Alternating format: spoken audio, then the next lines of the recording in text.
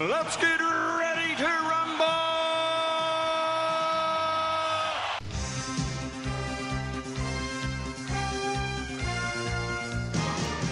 Hello and welcome to Netflix vs. Cinema, the podcast that asks that question. Netflix or cinema, which one are you going to spend your money on? Nowadays, we have the Oscars coming out, we have Netflix getting all these nominations. Are things changing? Are cinemas going to remain the way we know for a while? Let's find out. My name is Tosin and I am the host, and I am based up in Coventry, well, near Coventry in the Midlands. And joining me on the Isle of Wight are Shaun. Hello there. And Sharon. Hello. I switched it up. I said Shaun's name first. Yeah, you did. Caught me unawares there. Yes. You think it caught you on? It caught me unawares. I didn't know. All right, cool. So those of you who might be listening to the podcast for the first time, what we do on Netflix for Cinema is we go see a couple of things in the cinema, rate them out of 5. See a couple of things on Netflix, rate them out of 5. Put them up against each other in a number of rounds, usually 3, today 4, and then we take an average, and at the end of the time we say, right, Netflix won this week or cinema won this week. It's a cinematic boxing match.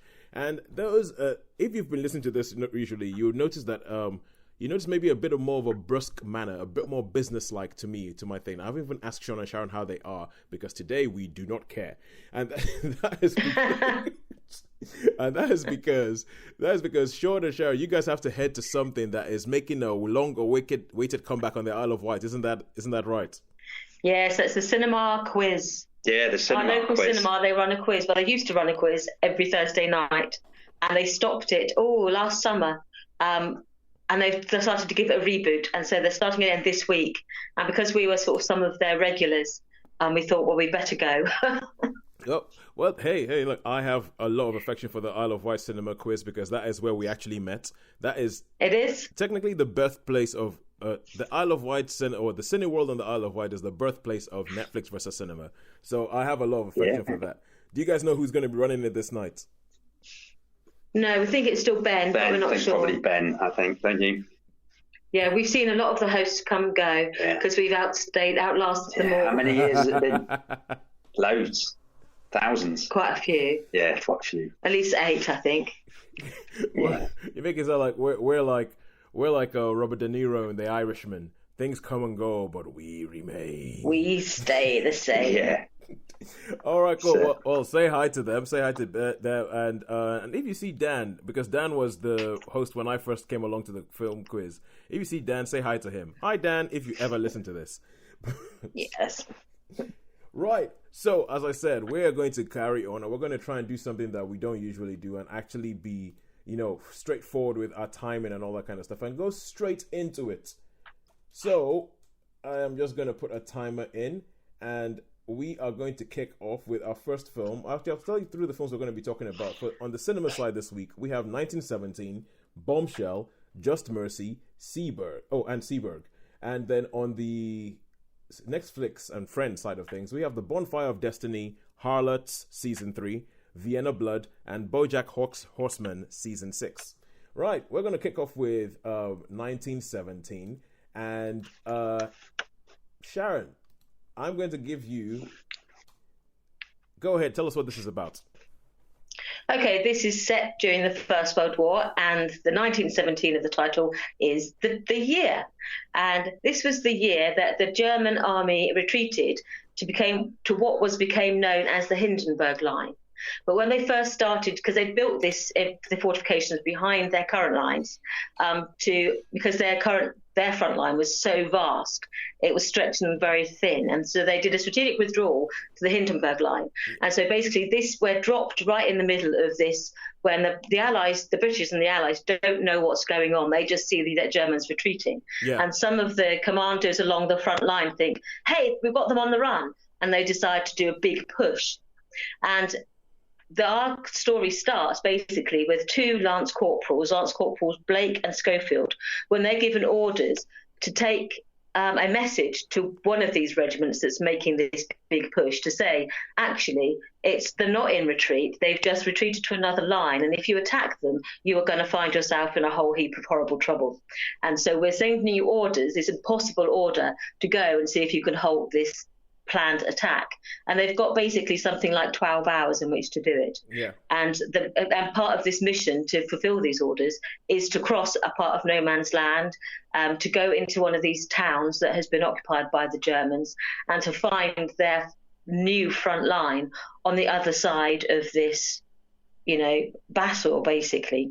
And so that's what our story is. It's set over the course of one day, and you follow these two lance corporals as they set off from their British trenches and then try to find their way to the new front line.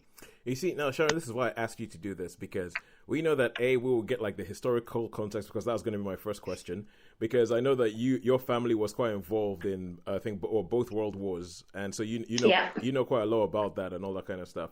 So thank you very much, Sharon. And now, Shaun, I'm going to hand over to you, because I know you like your war movies, and you tend to watch all these things for things like authenticity and, have they got that right, and have the blah blah blah Harriers got the right hat on. You're exactly right. Yeah. So, okay. So I'll hand it over to you for that. Yeah. Okay. Well, on that point, it is pucker. Everything is pucker, even down to the dog tags being Bakelite and octagonal, and not your typical like American ones. So, I mean, a lot of I couldn't really fault anything in the way of equipment and all that. Yeah. There's one thing I thought they might have during that time. They obviously had motorcycles, and they probably would have sent a dispatch rider around. But I totally forgive that, because they might have done 2 or 3 things. But to me, this film wasn't really a war film. It was more of a journey. It was a journey. If you think of all and how it was shot, and so many references to Apocalypse Now. Did you at the beginning? Well, I'm not an Apocalypse Now fan. So Kilgore, and the bit when he's in the town, and there's it's all like psychedelic and all the fire and all that kind of stuff. Yeah. When he's got hit and all that.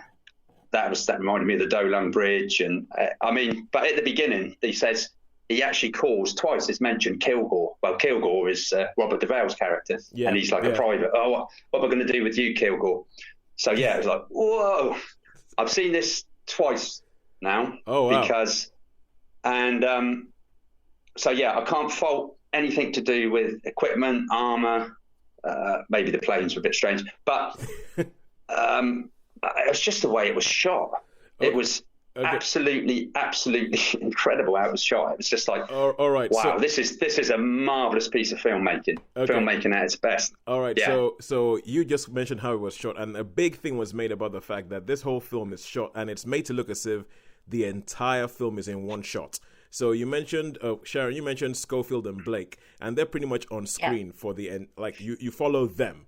If it's not happening with them, you don't know about it, and so they're on screen for the whole thing. So I think Dean Charles Chapman and especially George Mackay are brilliant in this. But Sharon, okay, you told us what the film was about. What did you think about the film? Shaun has already waxed lyrical. I loved it. I thought it was really good. I think for me, it didn't flag at all. You were with them the whole time. Because when I first read about this, the fact that it's like this one's almost like a long tracking shot, they have these very long takes. I was thinking, I don't know if I like that.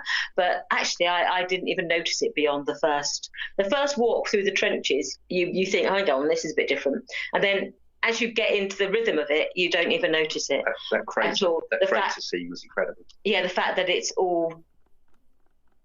you don't ever lose sight of them. They're either in front of you or you're in front of them. They're either walking towards the camera or the camera's following them. So you never lose sight of our main characters. Yeah. And when you do, something awful is going to happen, because you normally have one of them. So one of them is always on camera, and so sometimes the other one is not. And you hear things and you don't see it because you're like one of the corporals, is that you only see what they see. Yeah. I thought it was a great film. It had me completely engrossed. And I was with them. I was moved by it. I was engrossed by it. Yes, I loved it. My only quibble was some of the officers were a bit sweary.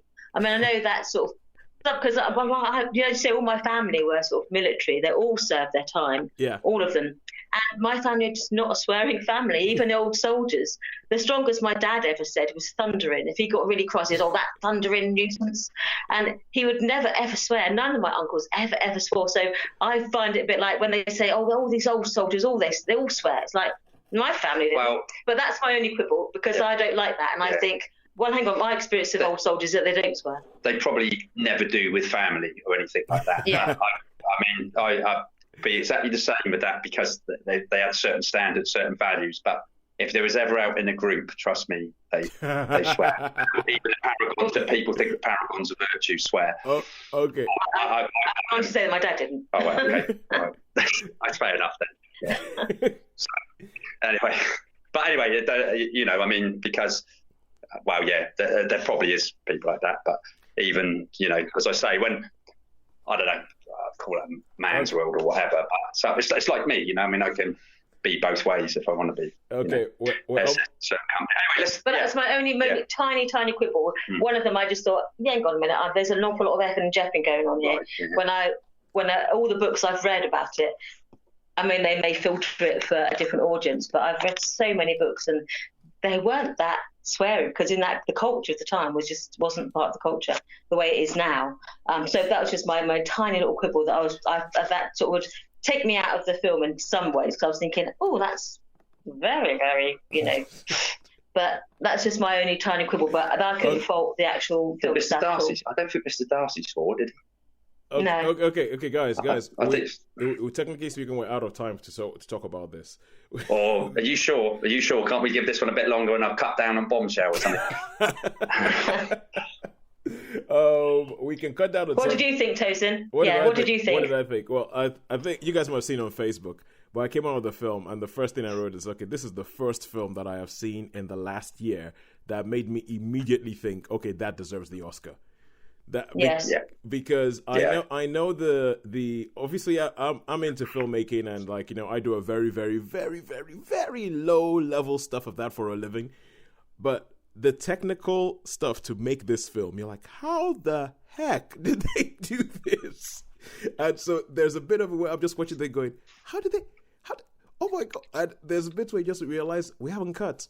It's just been like one shot. There's one particular bit where they go into like a sort of trench. They go into a trench, and there's like a massive puddle at the bottom of the trench, and the camera follows them into the trench. Then it goes along the water as they are walking along the side, and it comes back up the other side. And I'm like, that's what I was talking about, the shell crater. Shell crater. That was amazing. I just kind of like, what, how on earth are they? And the fact, and I think that usually when you have a film that says, like, I remember there was a film called Lady in the Lake, made in the sort of black and white MGM Gold Glory era. And the thing about that was that it's all done from a first person perspective. So the entire film is done from the point of view of this detective. And I remember that after a while, it feels a bit gimmicky, and you're like, but in this film, they managed to have a gimmick, if you want, that does not feel like a gimmick. That actually has a point to it. And like you said, Sharon, it's like you're there, like you're one of the privates in there as they're going through all this stuff.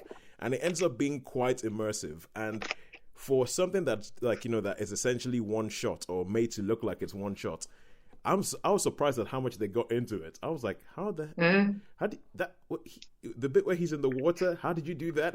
And the bit where everything is blowing up around him, that's all they watch. And then he goes down into the trench, and he goes into the place, and I was just in awe. I was quite frankly in awe of this film.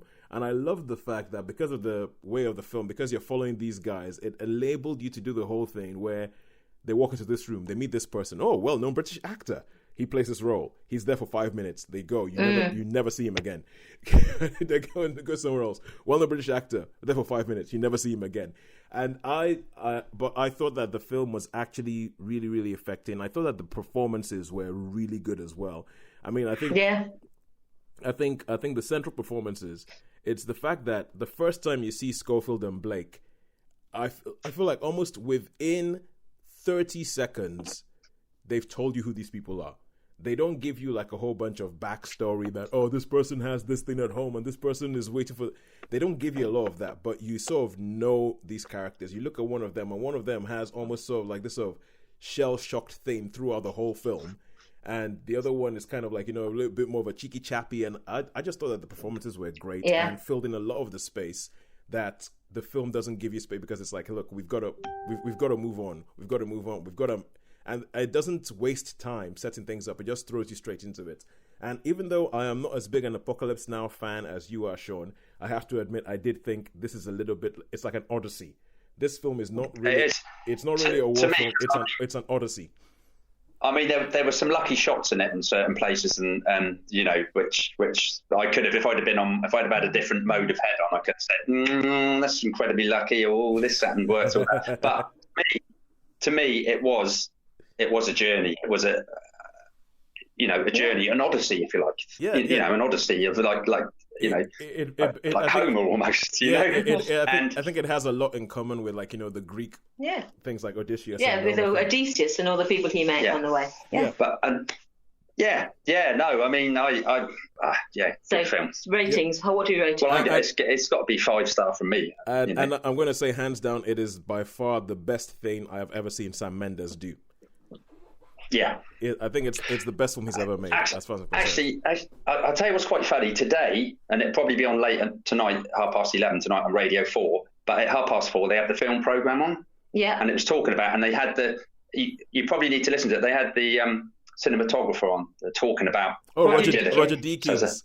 Roger Deakins. He is on there talking. So I'm sorry, but if he doesn't get the Oscar for best cinematography, I don't know what will. That's it. Been robbed.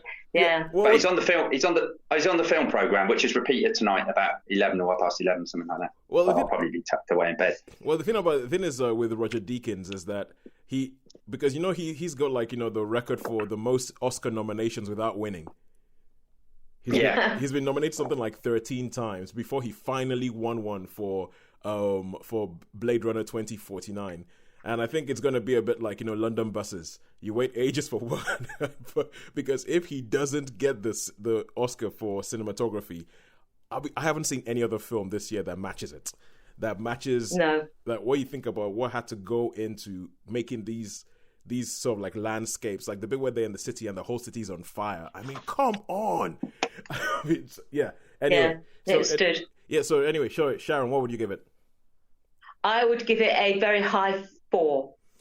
I would say it's not perfect for me, but it's up there. So I would give it a high 4. Yeah. Okay. So Shaun says 5. Sharon says 4. Yeah. Got to be Oscars all the way. I think this is, as I said, this is the first film that I've seen this year. I mean, somebody when I said first film that I think deserves an Oscar.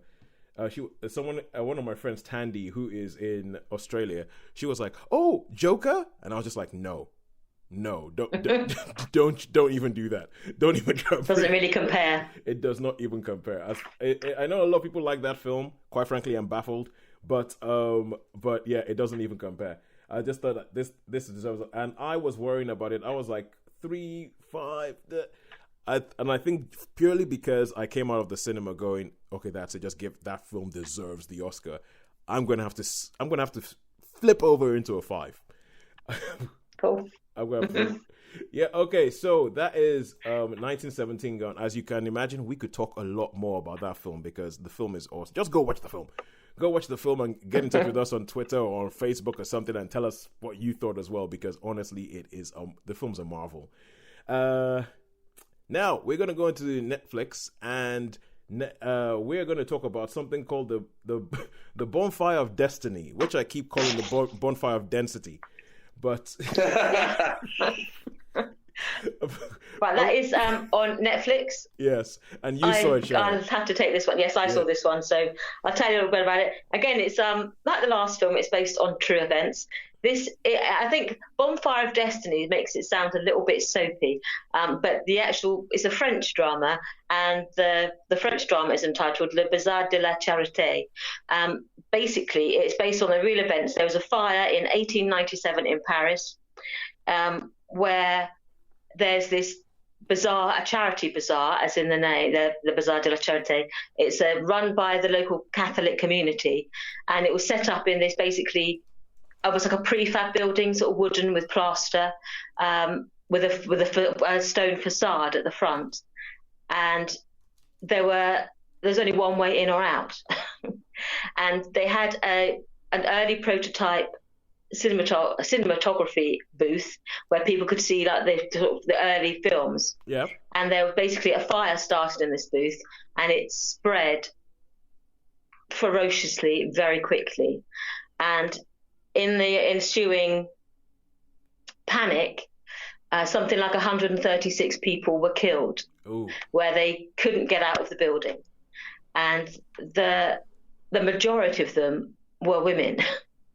And a lot of the aristocratic men who were with them, and the bourgeoisie, as they were called, who were with them, they managed to get out, but their wives and their daughters didn't.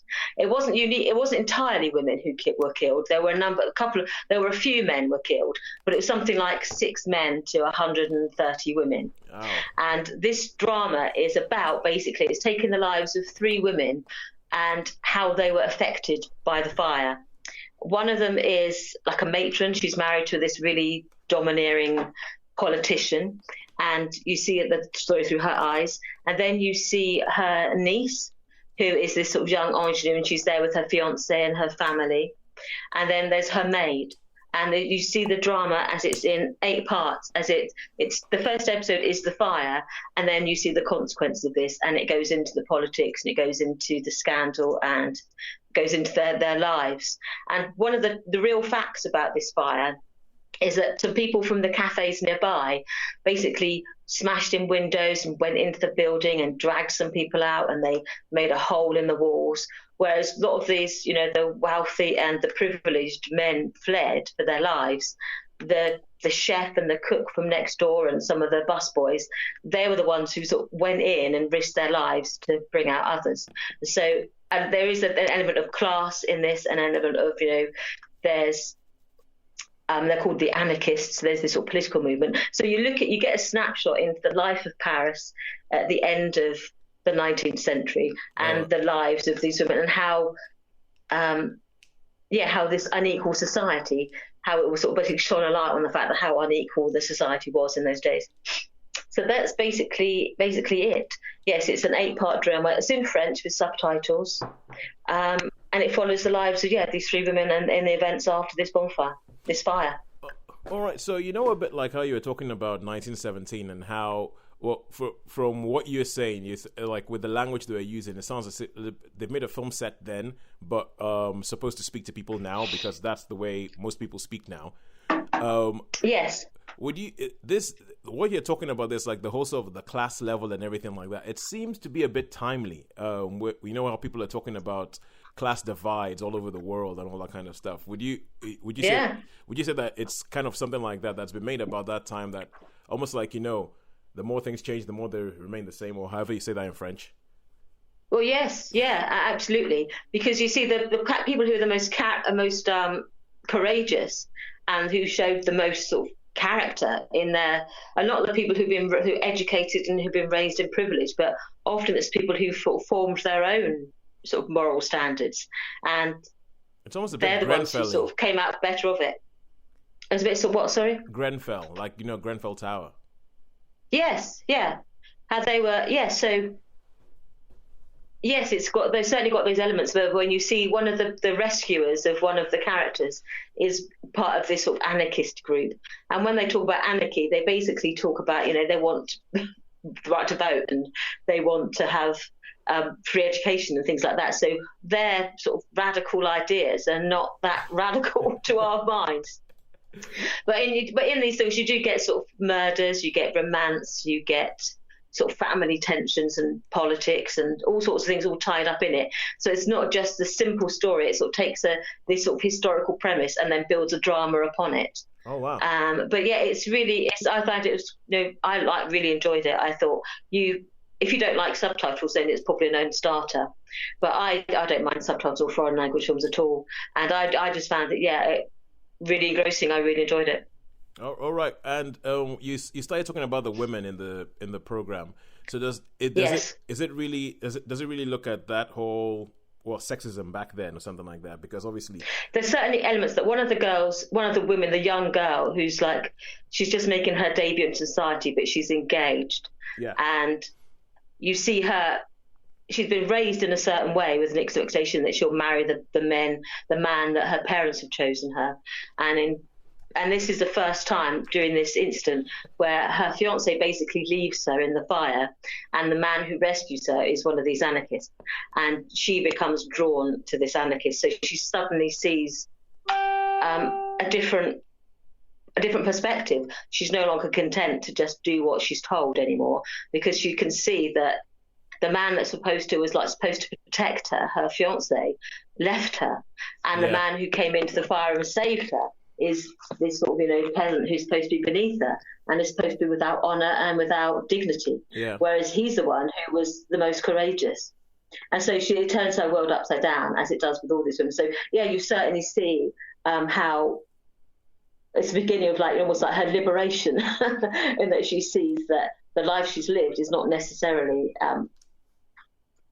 the ideal that she thought it was. Yeah, and all the ones she wants. Yeah. All right, cool. So how many stars would you give it? So I would give this a high 3. I think it is. Yeah, it's a good drama. I would definitely give it a high 3.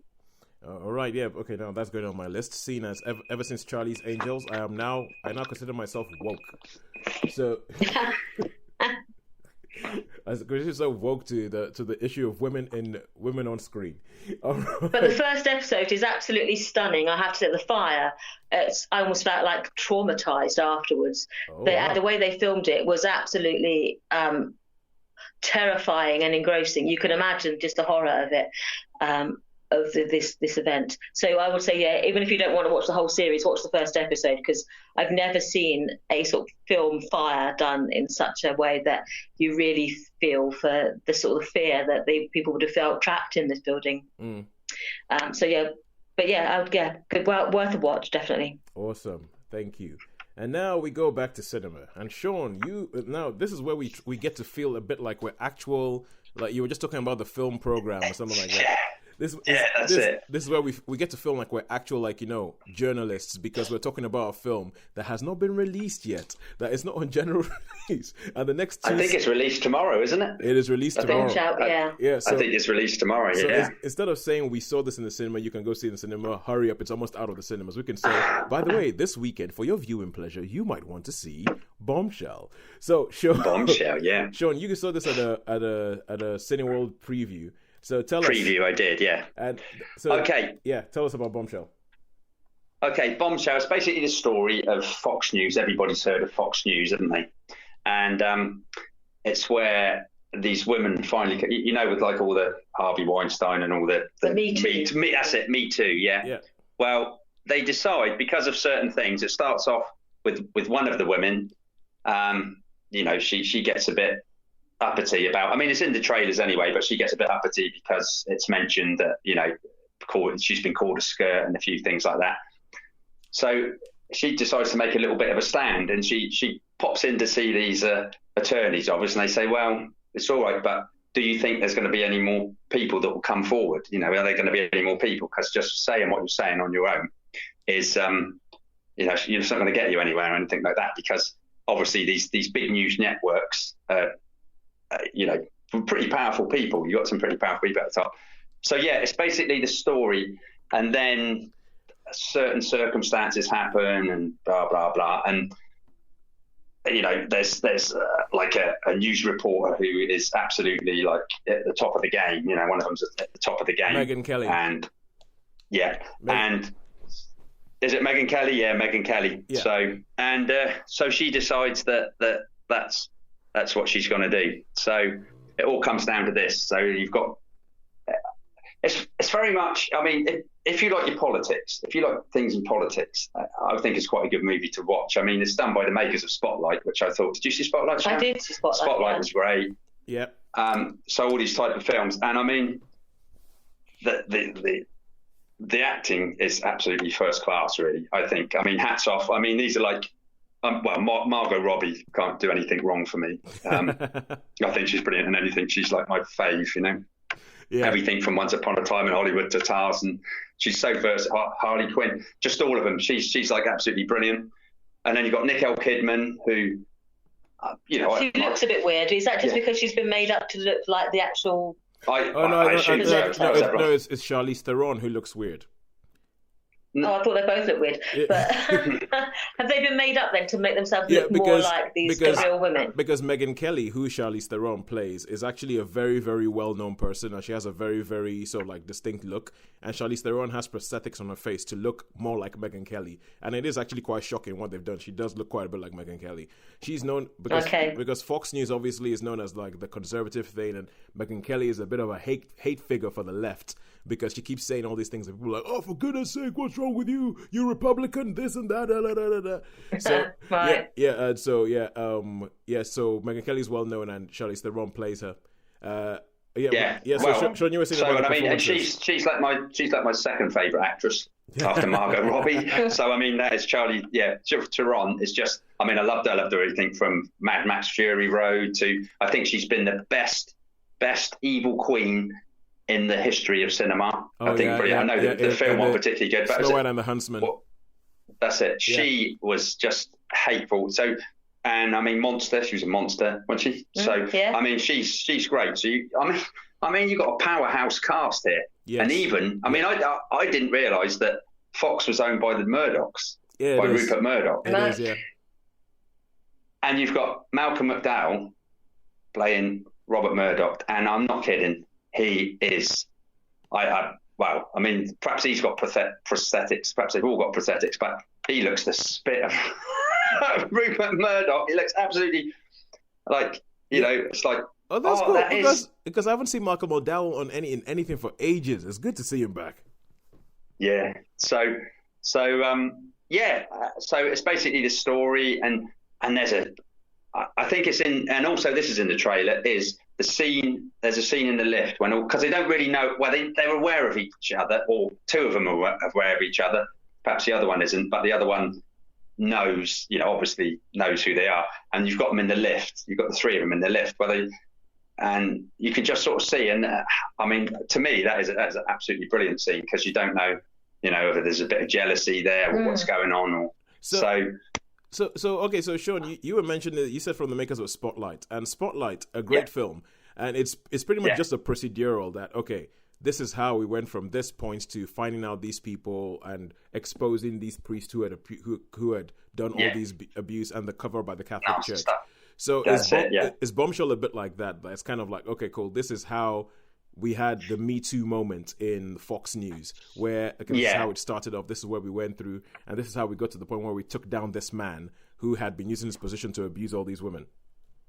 Yeah, that's about the sum of it, I think, Toast, is it is, you know, that's a story. Yeah, and from what I hear, it isn't too straightforward. Like, you know, you were talking about the different women and about how there's bits about the different women and how they come at it from different angles, where it asks the question whether some of the women were complicit in the abuse or complicit in the cover-up of the abuse and stuff like that. Does it go that way? Or is it just kind of like, women right, man wrong? Probably more women right, man wrong. But okay. I would say, there's not, they don't, I mean, it's not really much of a cover-up. You know, they're not trying to cover up. It just sort of snowballs into something that becomes, you know, something really big and quite uncontrollable. So certain things have to happen. Hence, you know, the Murdochs getting involved. So, you know, and John Lithgow? Yeah, he's one of them. I've seen him in the trailer. He plays Roger Ailes, who's the main guy who set up Fox News, and this is pretty much what brought him down. Yeah. Well, it would have done. So, but so I would say that, you know, this film, you know, I would have to say it's probably, for me, this would probably be a 3-star. I'm not going to say it's, but a high 3-star. Not, but the acting from the three main protagonists is spot on. You know, and as I say, they're just great. They're just great. You know, I could watch those guys all the time, really. Yeah. And quite a good supporting cast, you know. But it's not like It's worth a watch. It's definitely worth a watch if you like that sort of film. All right, good. You see, the thing is, I'm actually looking forward to watching this film next week when it comes out, because I reckon, for me, this film, I look at this film and think this film should be at least a 4. So I would be interested to watch it and see how opinions, if they do differ, I'll be interested to see that. All right, thanks. Yeah, it would be quite interesting, that. As I say, I'm going to try and see some other stuff as well. So I'll try and catch up on some of the stuff you've seen. Yeah. Well, I'll tell you what, there's something on Sky, on Now TV at the moment, called The Loudest Voice, which is about this same guy, Roger Ailes, who but he's played by the character that John Lithgow plays, but it's played by Russell Crowe. And I think it's about the same thing. It's about how he came down. Russell Crowe just won an award for playing him. And I won the Golden Globes, wasn't it? Yeah, he won one of the Golden Globes. And I would actually quite like to put them beside each other and see, it'll make an interesting double bill, Bombshell and The Loudest Voice. But okay, now we go back to Netflix and Friends to watch a show that only Sharon has seen, with a title that I'm going to be honest, Sharon, I'm a bit surprised that you're the one who's seen this. This is a show called Harlots, which I've always seen the title and thought, what? No, I'm not watching that. So, but seeing as this is season 3 that you're reviewing, I think you have actually been with this show for a while. So tell us, explain yourself. Yeah. Explain yourself. It started off on ITV, actually, just a television drama. And basically, as it's about the lives of a group of prostitutes who in 18th century London, where at that time in London, 1 in 6 women was a prostitute. Because basically your options you were either married, you were in service, or you were a prostitute. You didn't have many options. So this basically is the story of a group of harlots, as they were called, and it's based on a book that was published at the time. I think it's something like Covent Garden's Guide to Harlots, and every prostitute within that square mile were rated by this one particular punter, basically were. Yeah, he described them and their sort of attributes and their capabilities, as it were, and he basically rated them. And this is a genuine book that you can still get hold of the sort of facsimiles of it.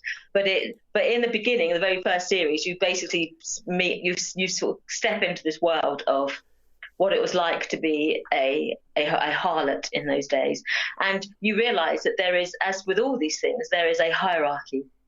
That you have got, if we start at the bottom and go up, at the bottom you've got basically women who sell their wares on the streets to sailors at the docks and to anyone on a street corner.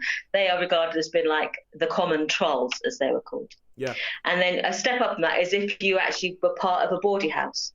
And a bawdy house, as opposed to a brothel, a bawdy house is actually run by women, and the bawds are ex-prostitutes themselves who then run their own houses. So they're not pimped. The women are running these bawdy houses. Yeah. And then alongside those, you've got molly houses. And a molly house is a house that is run for basically the homosexual trade. So you've got male prostitutes were called mollies. And so you would have houses basically that would be they would disguise themselves as women, so that it would look like a bawdy house, but actually, if they catered for men with male prostitutes, then they were molly houses. Hang on. Need to take some notes. This is getting complicated. And this is just like a basic social history lesson. And then above that, you have the demi-monde. This is really interesting. And then you've got what's a demi-monde? The demi-monde is basically where you are a prostitute still, but you move within society. So you have a place on the fringes of polite society. So you can go to balls, you meet the politicians of the day, you meet the aristocracy, and they tend to be kept. Now, a kept woman is basically someone who is. There's a contract between their keeper and the escort, and they have they're given an allowance, they're given clothes, and they're given somewhere to live.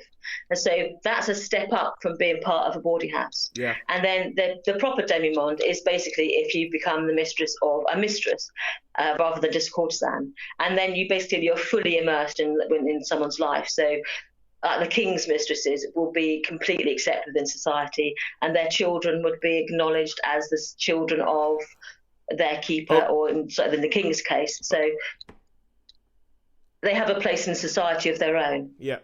So you've got this sort of like hierarchy. Yeah, carry on. Yeah, I was just going to ask. So, or just because I know that we're running out of time here. So we have all this kind of stuff. My main thing with this show, with a show like this, is how does it keep from becoming just kind of like, salacious and exploitative? Well, there are sexual scenes, but going back to my old code of contact, there's no nipples in it. It's actually quite. You can see often. You see these bored women's expressions as this man sort of does what he has to do, and so it's all from the woman's perspective, and It's actually fantastic drama. And in season 3, you have like a good guys and you have the bad guys, and the good guys are basically this one group of boards who live in the Wells family, and then you versus Olivia Quigley, who's basically the worst type of madam. Yeah. Where she will, and there's running alongside this, there's a group of men that call themselves the Spartans, and they're very much based on the Hellfire Club, where basically they get their kicks out of sailing on the edge of what's legal, and it goes beyond that. So they take pleasure in abducting young maids and drugging them, and then their virginity is auctioned. Oh, and God. The Spartans regard themselves as being like take first blood, they say get kudos from that, and then they ultimately become a Spartan when they kill someone. And so you've got alongside this sort of the story of these boards, you've got this sort of drama run alongside where some of the prostitutes want to protect these sort of maids and some of these just ordinary girls from being dragged into this life that they wouldn't recommend necessarily. Yep. And then you've got Olivia Quigley, who's basically staying one side of the noose, basically, because she has colluded in the abduction and the rape and murder of innocent young girls. And she does she is a keeper of secrets, so she does bribe people and blackmail people. And so you've got, there's intrigue, there's drama, there's crime, there's lust, there's love, there's fear, there's all in here. This is probably, I think, I read one review and they said this is the best drama that you've never heard of. Yeah, I've never heard of it. Never. You give me a whole history lesson then. I mean, it's absolutely engrossing. I watched all 3 seasons, and because you think it is going to be salacious, it's all going to be like, well, hey, get your kit off, love. It actually isn't. There's a lot of sex scenes in it, but the most you see is like some buttocks and a suggestion of nudity, but you don't see anything. Is there? What I was going to ask you, is it like, does it get samey? Because I thought Peaky Blinders got samey. It was really, really good to start with, and then it's just Olivia Quigley is the main sort of villainess. Oh, right. And every time she sort of dodges the noose, she's like going, oh, for goodness sake, just hang her. Oh, right, okay, yeah. So that can be, get a little bit fed up with her. But the fact that she claws her way up she's committed to Bedlam at one point, and the fact that she sort of claws her way back out of Bedlam, and you see what Bedlam was like. We tend to think of it as like the Bethlehem Hospital. We tend to think of it as just being we don't really think of it in real terms, and this sort of shows you just how dreadful it actually was. That people would pay to come and watch the people being fed or being treated, and this treatment is little short of torture or molestation. So I would. It's a great drama. I really would rate it. How many stars would you give it? I'd give it a 4-star. All right, 4 stars for Harlots. That's one of those. Harlots. It's one of those words. That's interesting. It's one of those words you can't think about too hard before you say it. Because I'm like, Harlots. You can't think about it too hard before you say it. All right. And it's very interesting. Actually, just one last word on it. And the 3rd season particularly, it does dip into the world of slavery, anti-slavery, and the role that Black people played in 18th century London. How there's a lot of emancipated slavery, and also people who were brought into England as like small children to become like pages and stuff. What happens to them when they grow up? So you see a whole sort of line of this 3rd season particularly. You do see a lot about the early movements towards emancipation and of the abolishing of the slave trade, and you sort of get a different glimpse of 18th century London through the eyes of some Black characters as well. So to me that was really interesting, because I'm aware of things like the Zong case, but this like takes you into what happens to like the Piccaninnies, as they were called, not a word we use now, but what happened to them is they're in the portraits of people, but what happened to that child when they grew up? Well, in Harlots you find out. So I would 4 stars for me. All right, okay, cool. You know how to press my buttons, Sharon. I'll say that. And going from talk about one experience of black people to another film that has experience of black people. Now this is going to cinema, and we're talking about Just Mercy, which is also out this weekend, which we can tell you what it's going to be like. Now this is a film that is based on a true life story. It stars Michael B. Jordan and Jamie Lee Foxx. What? No, Jamie Lee Foxx. No, it stars Michael Jamie Lee Foxx. That's like Olivia Allen-John.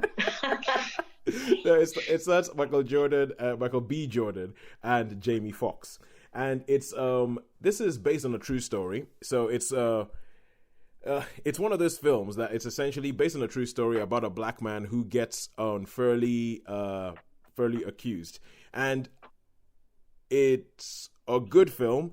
However, the problem with this is that I feel like this is a certain type of film, and that if you've seen some films, you've seen this film. Like Sean, I know you saw Marshall with Chadwick Boseman. Marshall, yeah. All about Thurgood Marshall. And if you've seen Marshall, you've seen this film. And if you've and if you've seen When They See Us, you've seen this film. And even though that's the case, I still think that films like this need to be made, because the fact is that Marshall, I mean, that's Thurgood Marshall. That's set in I think it's set in the 50s. That's set in the 50s. And then this film is set in the 80s. It starts in the 80s, goes into the 90s, and it's the same thing.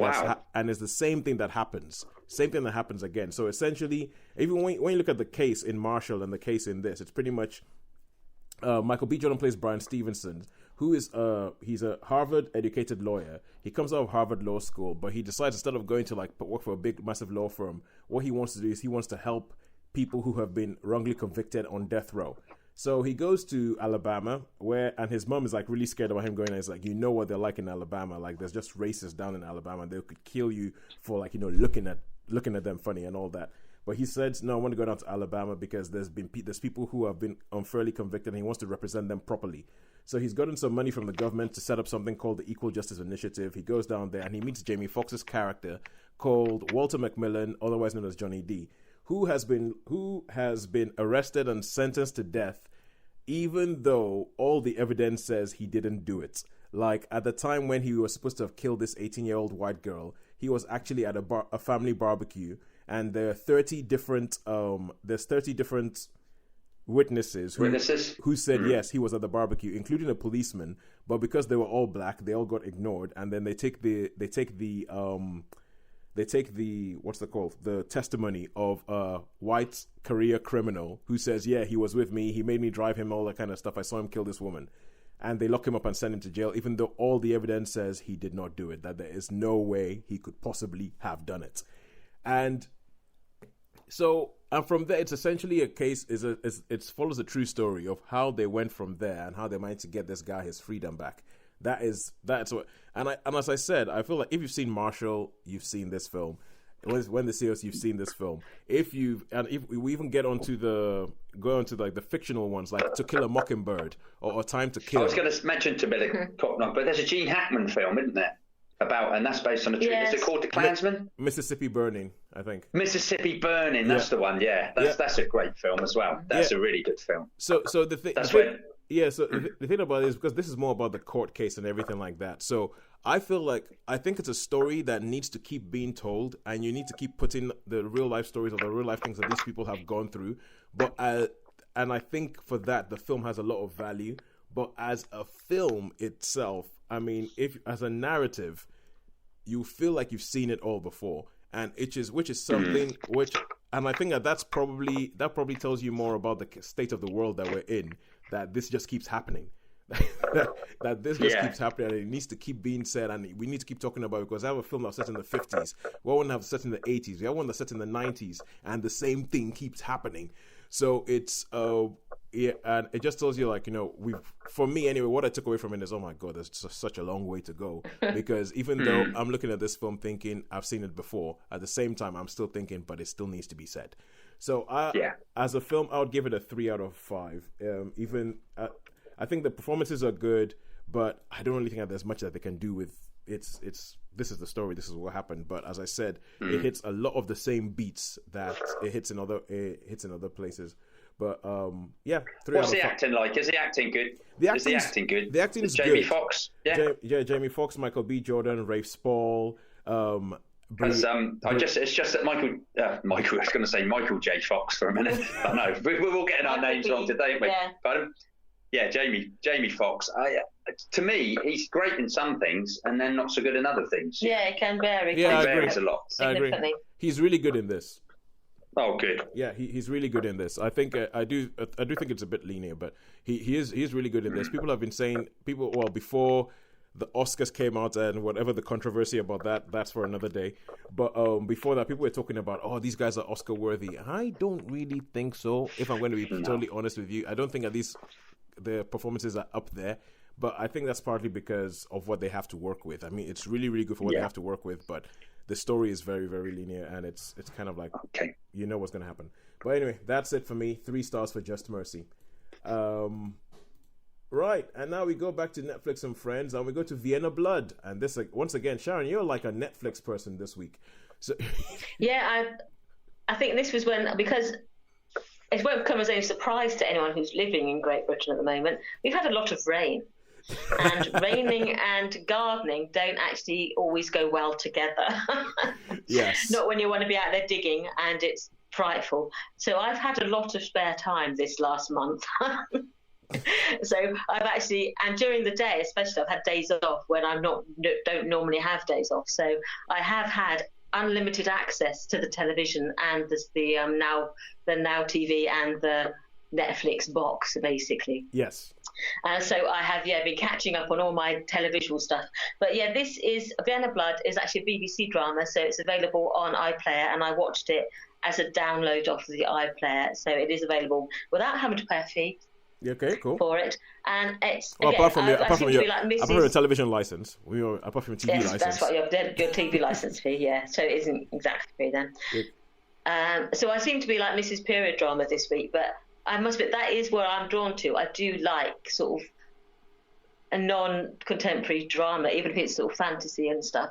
That's more my bag. Okay, so Sharon, I'm just going to quickly go off on a tangent, which you would love and you should listen to. And it's been all this week. You might be able to catch up on it. But it's all about literature. Quarter to 10. Mm. So from 9 o'clock, they have like really good stuff on Radio 4, listener. But they have all this week for 15 minutes as people. And today was about women's. Well, it's all about women's, but it's all about. So you would love it. It's been all week. It's been all week. That's worth checking out then. Yeah, you would really like that. That'd be right up the street. Yeah, so I do like sort of my period drama, and I do like my fantasy. So that's where I tend to head when I have a spare moment. So Vienna Blood is another one of my sort of historical dramas. This one vampires? Is coming back. Vampires, yeah. But there's no vampires in this one. Okay. This is actually crime, a sort of historic crime drama. Right. And it is set in Vienna, as you would imagine, in the turn of the century, so it's early 20th century. So we've gone from, we've covered the sort of the centuries this program. Yeah. And this is early 1900, early 20th century Vienna, and it's the beginning of the use of psychology, as in Sigmund Freud, and the people trying to explore the human condition through how the mind works, and how some physical conditions are not actually physical, they're more mental. Yeah. And so we see our main characters, 2 main characters. Our first main character is Max Lieberman, who is a student of Sigmund Freud, but he's also a doctor. He works in a psychiatric hospital, but he's looking at more of what they call the talking cure for these things. And he has been asked to assist in the investigation of a crime with a Vienna police officer, basically to see if there's a psychological reason behind some of these crimes, because some of them don't make sense. Yeah. And there's 3 episodes of this Vienna Blood, and each one takes a different crime. And you see, as he first of all, he just like walks along because he wants to observe about what happens in a crime investigation, and can you use the talking cure to understand why people do certain crimes. And he meets up with this detective Oscar Reinhardt, and they become this unlikely sort of duo where they collaborate in the investigation of these 3 crimes. The first episode is the murder of a medium a woman who and they first of all they want to find out, is she making it all up, is she a fraud, and what is behind that. So they try to use his expertise in a psychologist to do that. Okay. The next one is the series of brutal murders of a group of women, and then the third one is a story set in a boys' school, a military school. And so again, you see different aspects of how psychology has developed over their course of this investigation. Is it like an early 20th century CSI? I haven't watched that, but yes, it's using more than just a whodunit. It's looking into if they arrest a murderer, or when they try to find out who the murderer is, they look into the psychology of why they've done it, as well as the modus operandi.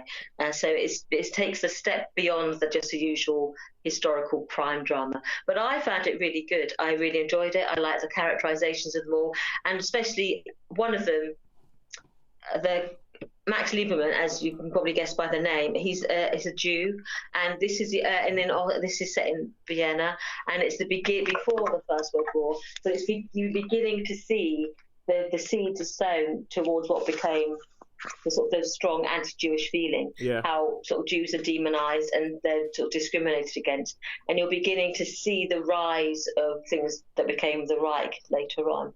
And so it's interesting when we can sort of see the early signs of what was later become. Yeah. So I really enjoyed it, actually. The murders are quite gruesome and they're quite graphic, and the depiction of how people are treated for sort of mental disorders in the early 20th century are just horrific. And so we're jolly glad that we don't get committed for, being traumatized and having stress. Yeah. So yes, there's two characters I thought were really interesting. You get to see their lives, you get to see a bit about them. So it's a sort of more of a fleshed out drama and this unlikely duo. But no, I found it engrossing and enjoyable and an entertaining watch. How many stars? I would give it a high 3. A high 3. High 3. Ooh, Sharon's stingy this week. All right, cool. And now we're going to rush. We're going to rush ahead, and we're going to see if we can do the rest of these things in 3 minutes each. And that's it. No more. No more. What are we going to do? Okay, so no more than 3 minutes. That's no more than 3 minutes.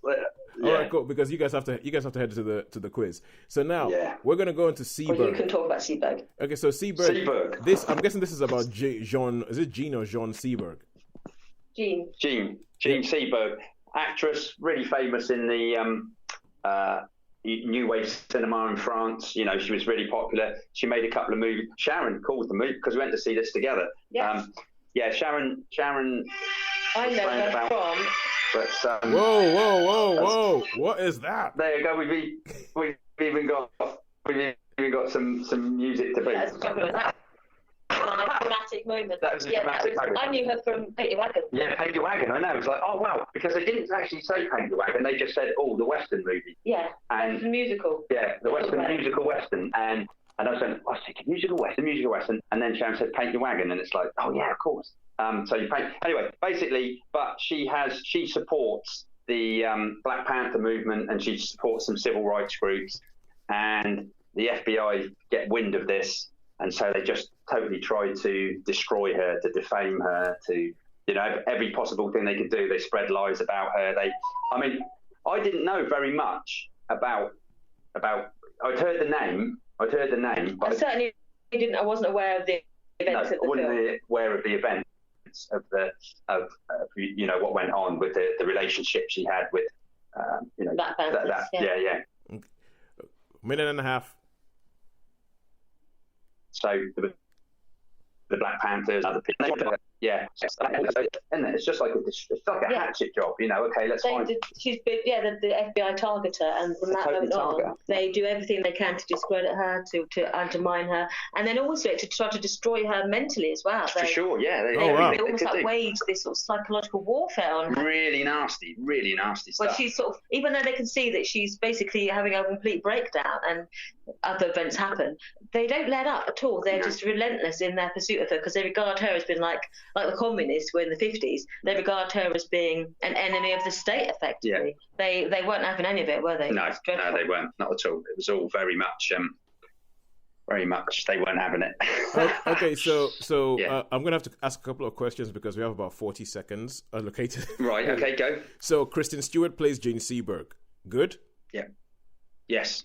Okay. Yes, I thought she was good. All right. Not perfect, and I didn't think she looked much like her, really. But no, she was very good. She played it convincingly. She did. I looked at some pictures actually when I got in, and Yes, I did. and there are a few where she looked similar. I thought similar, but like you say, not. It's all the That's haircut. fine. Isn't it? Yeah. It's They got the haircut. haircut right. Yeah. So the main thing about this film is just about what the persecution of Jane Seberg for having Yes. political views, quite frankly. And Yes. other things. Yeah. Yeah, and the fact that she had this interracial relationship as well, they seem to target her more particularly than they probably would a man in the same yeah, situation. definitely. They just Yeah. went all out for her. Yeah. The fact that she was a Hollywood actress and she had an affair with a black man. They were like, well, she's obviously degenerate. Yeah. It didn't actually. When I did the research, it didn't actually say that. No, it doesn't say. It doesn't say that she. But I mean, so that might have been a bit of Hollywood. Okay. Yeah, that's the thing. Wait, it doesn't say that she was in a relationship, so I reckon that was just sort of like put on by Hollywood. Well, I think she was, but I think it was private because they spread all sorts of rumours about it. But there's some elements of truth in that. Yeah. So unfortunately, I know we've had to rush through that. But how many stars would you give that? I'll give it 3. Yeah, I'll give it a 3 as well. Definitely a 3. All right. Yeah. I enjoyed it actually quite a lot. It was pretty good. It was quite interesting because I didn't know nothing about it. I'd heard the name and I knew nothing about it. Yeah, I knew some facts about her. I knew her some early, and I knew how the end of her story, but I didn't know this bit in the middle. Right. All right. Okay, cool. Now, I've got to let you guys go, but quickly before we go, to make this thing even, I'm going to talk about Bojack Horseman Season 6. Now, Bojack Horseman, we've spoken about this on the show before because, Sean, you sort of like stumbled across this on Netflix.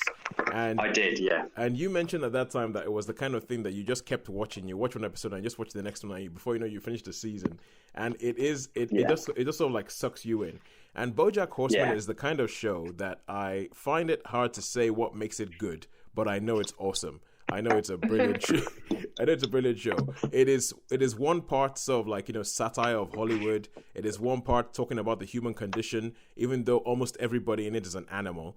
It is, and it just, but I feel it does this whole thing of being really, really funny, being very satirical, but also being very, very human. And it's a bit like, I guess it's a bit like talking about the Detectorists, where Sharon, you were talking about how much you think it's amazing. And I remember how when Nina's husband Will was trying to explain to me, he was just kind of like, it's funny, but it's human, and it's I don't know. And I think I feel a little bit like that about Bojack Horseman. It is animated, so Sharon, I know you might have to sort of grit your teeth, but if you did, it's a very, very good show. And season 6 just carries on, and I am actually really, really surprised that they've kept the quality up this long. I'm really surprised that the quality has carried on for 6 seasons. It is still really, really good, and there's still episodes where you go, oh my god, they didn't do that.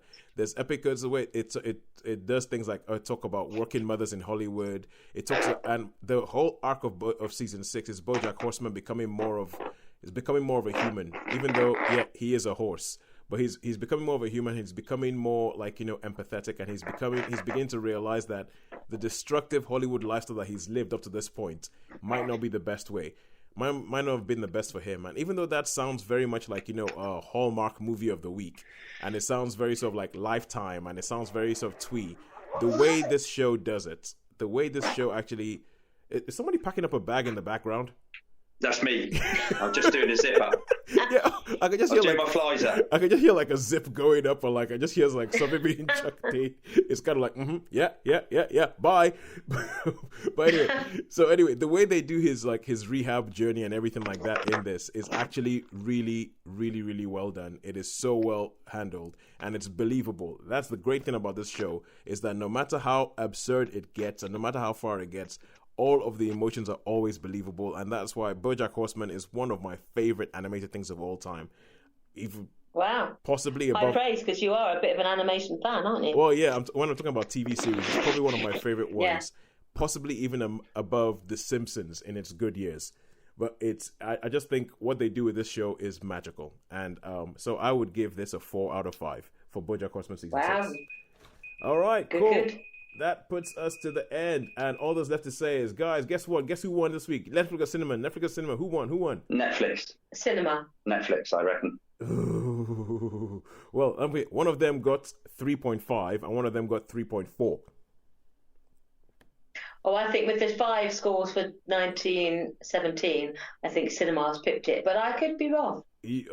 Unfortunately, Sharon, you are wrong. Netflix just pipped it. Netflix was trailing behind. It was trailing behind until I went and gave Bojack Horseman a 4. Yeah.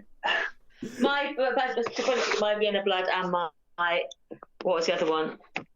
I've lost it already. Well, Bonfire of Destiny. Bonfire of Destiny. Harlots. They were borderline 4s, so that would have been more decisive for the next one anyway. Yeah. You were harsh this week, though. Sharon. I was a bit harsh. You was because I thought I'm going to give everything a 4 otherwise. So I thought, no, I'm going to have to be a bit more discriminating. Yeah. Well, that was me with Seberg. I mean, I was. And then I thought, now I can't. Because I don't want too generous today. Well, that's until I go and see Bombshell and give it a 4. But anyway. Yeah. All right, and okay. All that's left to say is a goodbye from me.